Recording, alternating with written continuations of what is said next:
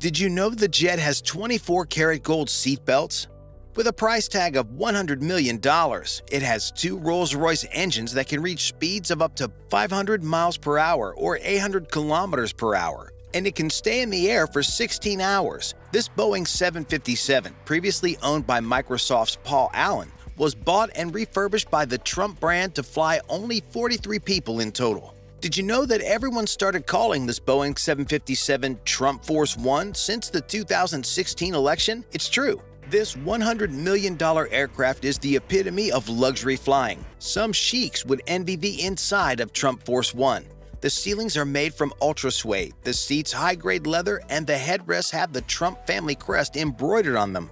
In total, there are 18 executive-class seats, 2 bedrooms, and 2 sofas in the media room. The interior of the plane is covered in either leather, suede, gold, or rare mahogany wood, like all of the cabinets. There's even a private dining room where Trump has meals, depending on the length of the flight. The screening room is as big as a large home theater with a 57-inch flat-screen TV and an entertainment system complete with small, separate monitors on each seat for an individualized experience. The plane has 2 bedrooms, one of which is the guest room. The main bedroom is where you'll find the full-size bed with silk sheets, a shower, a small golden sink, and a golden faucet. The toilet bowl is transformed into an extra seat, extra wide and comfortable, just like every other seat on the plane. If you were to melt all of the gold inside the Trump plane, there's enough to coat the outside of a Greyhound bus. All of the food for flights is prepared at Trump Tower. The usuals include shrimp cocktails, lobster salad, roast turkey, roast filet of beef, a green salad, and some freshly baked cookies. The food is stored in plastic, see-through containers. The reason for this is simple.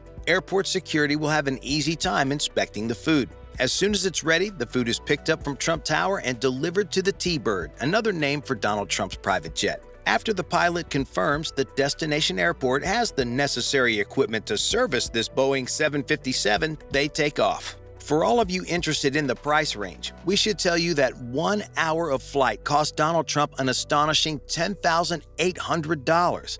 During the self-funded campaign for president, it's worth noting that Trump allocated $506,000 for private travel on board his plane. The plane's history started with Denmark's Sterling Airlines in 1991, the same year it was built. Then, 2 years later, Mexico's TESA acquired the plane in 1993. After that, in 1995, Paul Allen, the founder of Microsoft and Bill Gates' good friend, smashed that like button just like you should if you haven't done so already. But no, in all seriousness, he bought the plane from TESA and used it until 2011. At this point, DJT Operations One LLC, a company of Trump's, purchased the plane. The plane is 3 times the size of an average jet. It measures 154 feet or 47 meters long, has a wingspan of 128 feet or 39 meters, and a height of 46 feet or 14 meters at the tail. It's powered by 2 state-of-the-art Rolls-Royce RB211 turbofan engines, which are the quietest in the industry. This allows the former president to land the plane at any airport he pleases, even those with noise restrictions. It can reach an altitude of 41,000 feet in less than 20 minutes thanks to the powerful engines. One of the things Trump pays special attention to is the parts of the plane during servicing. He doesn't want switches and mix-ups. Replacements are strictly forbidden. The man behind the plane is John Duncan, who was the son of a military pilot. Since the age of 15, Duncan has been flying airplanes, first alongside his father and then as a licensed pilot. But then he wanted to fly private planes. He needs to plan every flight to perfection, and this is how the average flight procedure unfolds. According to the pilot, because former President Trump has a busy and unpredictable schedule, they often have to make short-notice changes to the flight, and everything must be integrated seamlessly before takeoff. First, the pilot and co-pilot go out on the tarmac and make an official inspection of the outside of the plane. After that comes the flight checklist, which is where the pilot and the co-pilot make sure everything inside the cockpit is in perfect working order.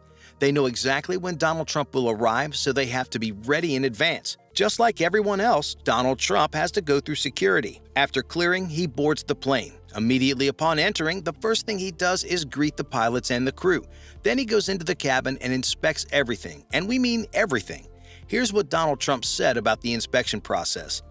The first thing I do when I get on this aircraft is look around for details. I always study the details. Everything needs to be sparkling clean and shiny. Simply put, the billionaire wants everything to be as close to perfection as possible. Finally, Donald Trump decides when to take the plane to be serviced. The maintenance facility doing the servicing usually has to work 2 shifts to get the plane ready for the next trip. After all, they only have about 3 weeks to do the routine inspection and then make the necessary upgrades. Every 18 months, the pilot has to do a major routine inspection as per requirements of the FAA. For example, in 2013, Trump wanted to install a Wi-Fi system on board the aircraft, so while the crew was working on the inspection, inside the plane there was another crew installing the wiring for the Wi-Fi system. Trump wanted the seam in the floor in the galley to be moved to the corners to render it invisible. That's how much attention Trump pays to minute details many would consider unnecessary. While the plane is being maintained and upgraded, Pilot Duncan will head out to the facility to inspect and assess the situation. He says that he likes to be present anytime the aircraft goes through a major inspection. And here's what the inside of the luxury plane looks like during the servicing. All of the furniture is dismantled, moved around, and covered with plastic. The walls with the gorgeous suede are torn open, exposing the wiring underneath. In the meantime, while this plane is being serviced, Donald Trump refuses to charter a plane or fly on a commercial flight. He will smash that subscribe button and ring the notifications bell. But no, in all seriousness, he will take his smaller 1997 Cessna 750 Citation 10. The cabin of this plane is not as high as the Boeing 757, but it gets the job done. Inside, it measures only 5 feet and 7 inches, or 170 centimeters, and when it was purchased, the Citation 10 was the fastest business jet in the world. After the presidency, this became his main transport aircraft, which he would fly to Manhattan. From the airport, Trump probably got inside one of the 3 helicopters owned by the Trump Organization, and he would fly to the helipad of Trump Tower where he would conduct business meetings. Still, the pilot and the maintenance team need to be on time and ready. The business tycoon and former president runs a tight schedule, and he doesn't want to be late. After the major upgrades are complete, ceiling is installed panel by panel and the furniture is screwed into place, making sure all the seams fit perfectly together.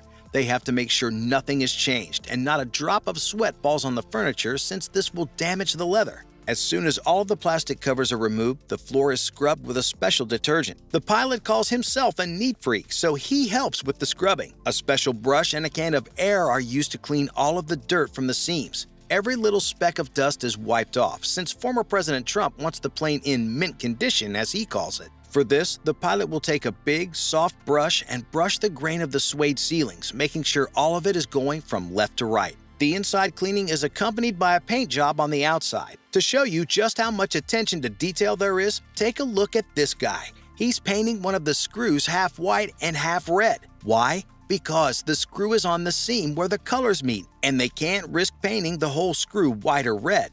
After completing all of this, the plane is ready for takeoff. The pilot will align his flight schedule perfectly with that of Trump's schedule, and they will pick him up wherever he is. After only a short stay at the airport, the plane will soar to the sky and take Trump to Europe or Asia, where he has business deals to close, contracts to sign, and speeches to give. Bye for now.